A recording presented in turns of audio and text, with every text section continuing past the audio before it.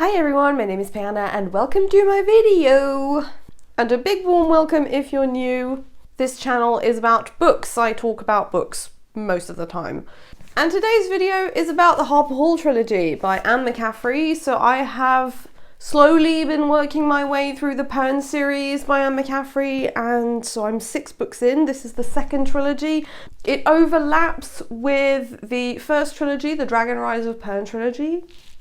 So let's do this. Pern is a planet colonized by humans sometime in the distant future. However, due to a natural disaster, they lose most of their technology, and every 400 years or so their planet is besieged by space-traveling threads, when these threads fall to Earth, they suck the life out of anything organic. In order to combat this threat, the people of Pern have bred dragons. Fire-breathing dragons that can flame the threads out of the sky before they get a chance to hit the earth. So they have massive, great big, what they call wares, where the dragons live with their dragon riders, and they train and find new fledglings to ride the dragons and keep the threads from destroying their world.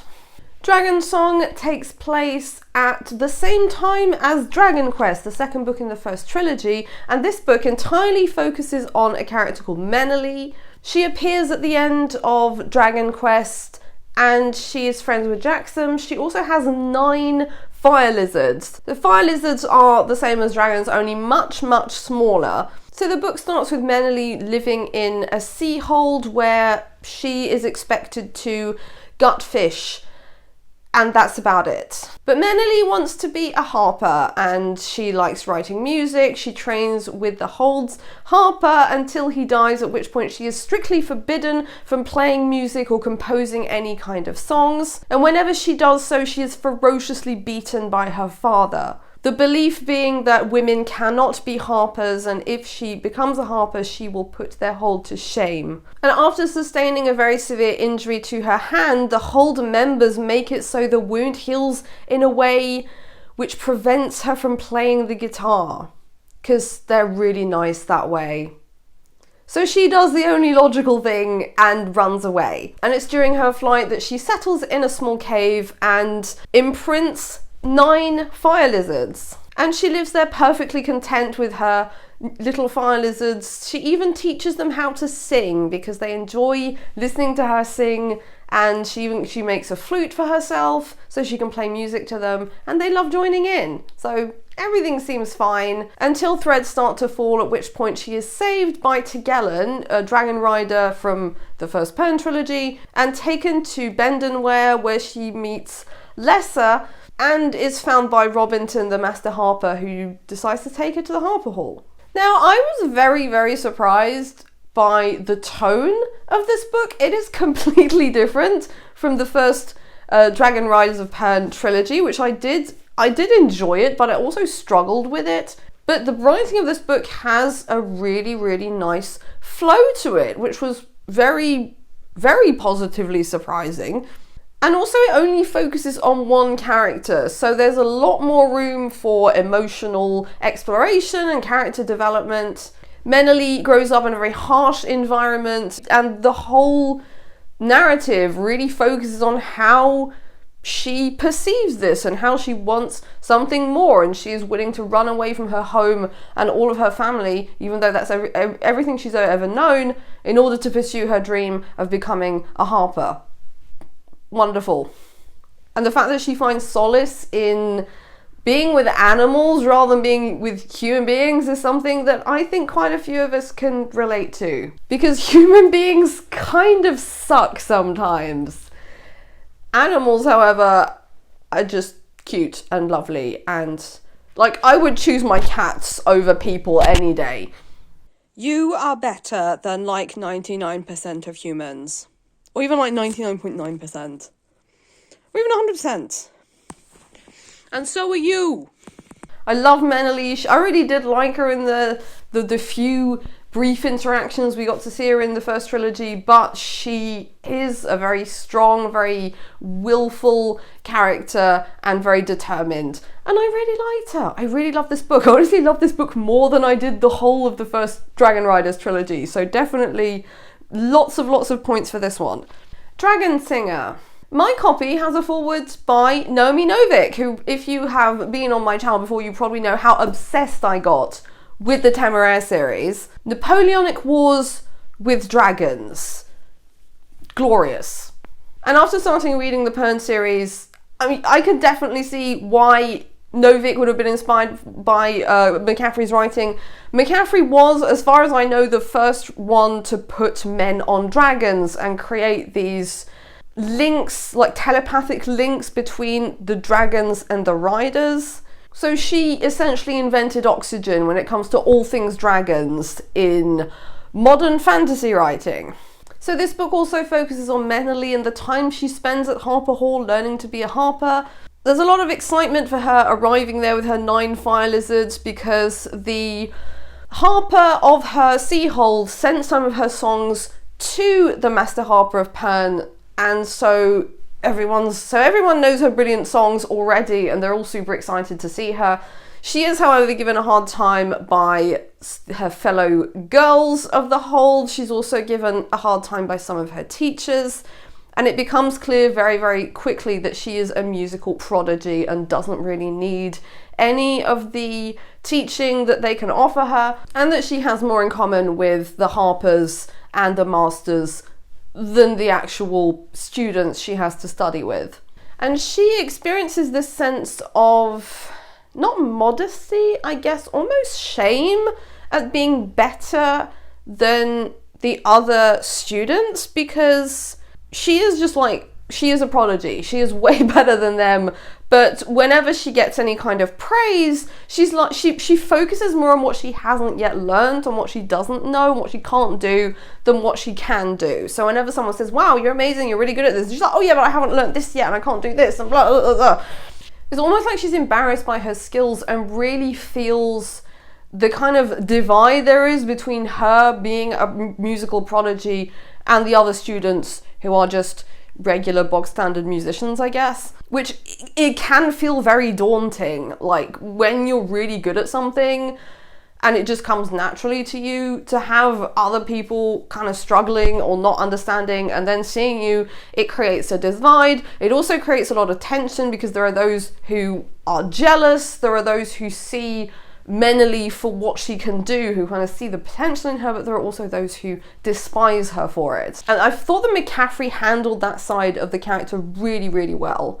Another thing I really liked about this book is whenever she gets a setback, she finds a way around it almost immediately. So like, whenever she is defeated in some way, or she has to face some kind of difficulty, she like finds a solution to it almost immediately. Like, for example, there's a scene where she has to go and get her pipes in the cot, but the other girls are there and they're saying really mean things about her, so she's like, oh, I don't want to go in here.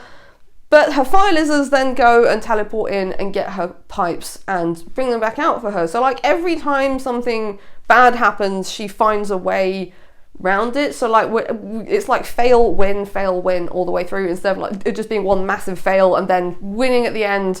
So that was quite nice. I found that rather refreshing.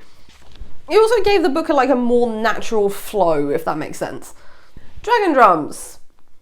Now, I had expectations for this book, because a lot of things are set up in the second book, in Dragonsinger, that I thought would be paid off in this book, but they're not. Menely becomes a journeywoman, so I thought that we'd get like her being a journeywoman and what that involved.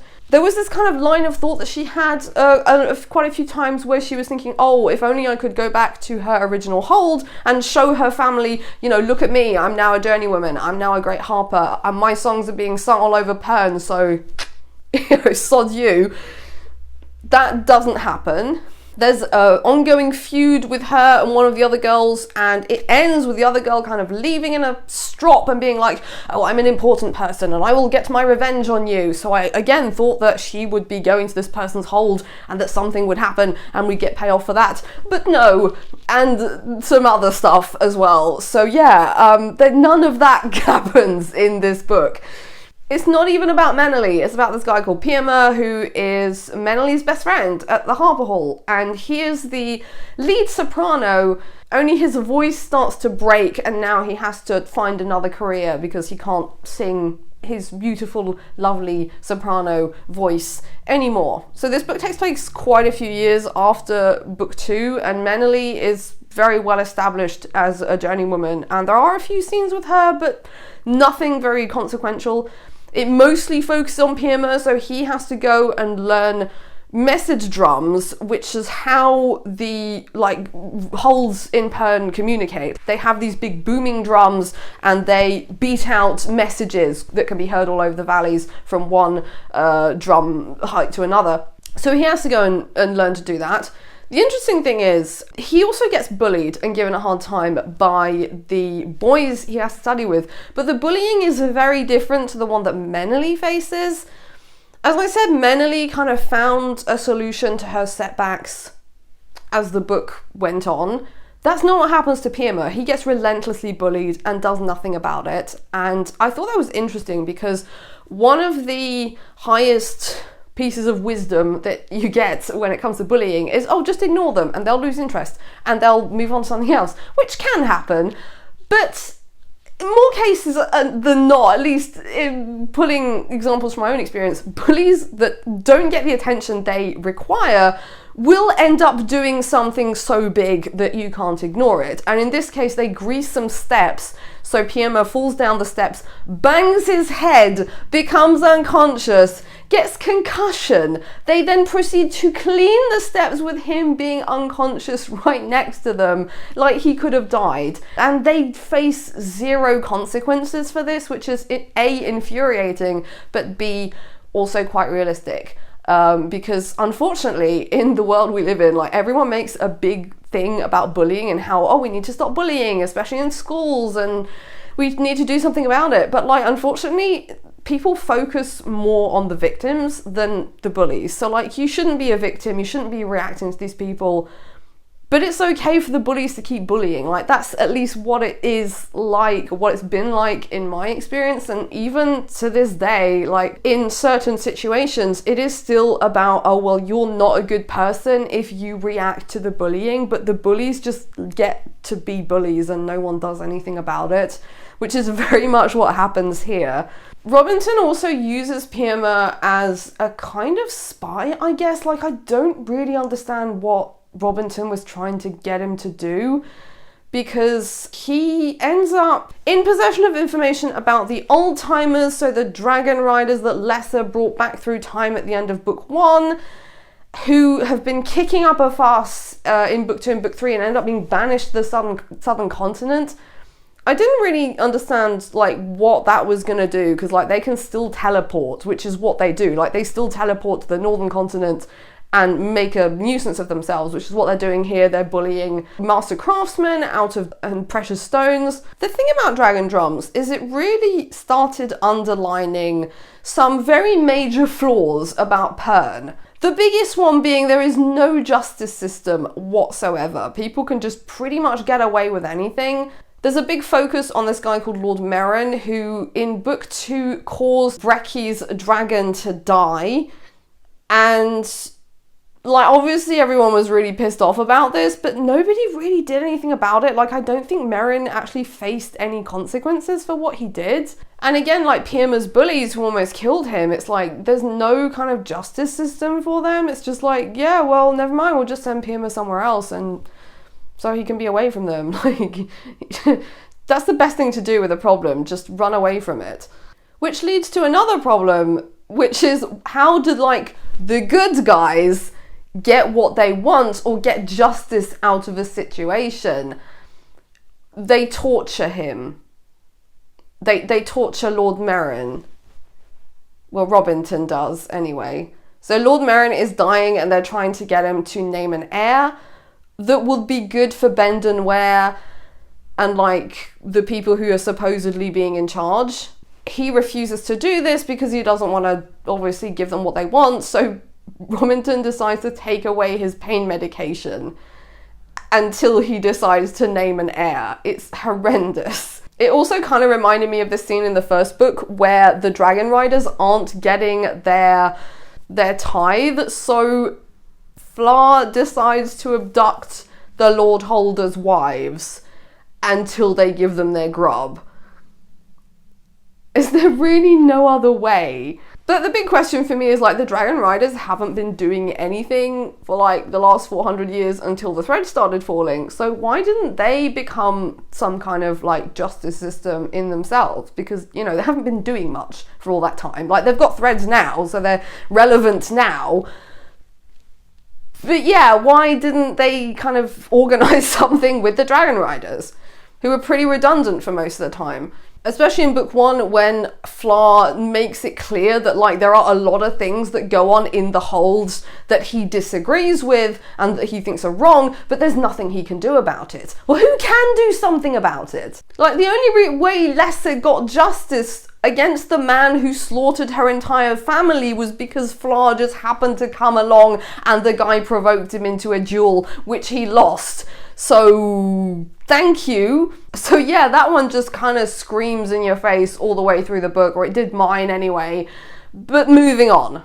Pyama eventually ends up on the southern continent and he gets a fire lizard while he's there and lives basically like Lesser did in the first book. Like, he lives on his own on a beach and he managed to do this thanks to all the things that she taught him. So, yay.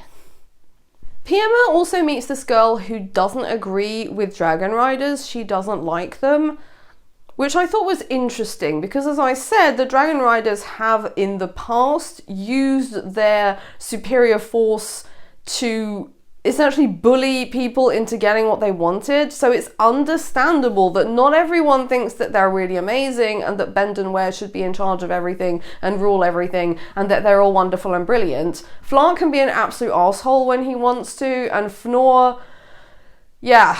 So they're not perfect, and there's probably better people who could be ruling Pern. They probably could, you know, put some kind of justice system in place or laws or something, but yeah, whatever.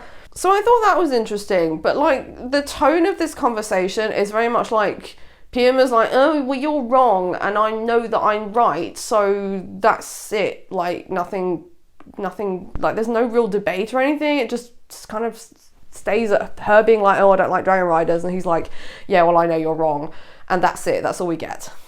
Okay, fine. And then there's the end of the novel, which honestly, I have questions.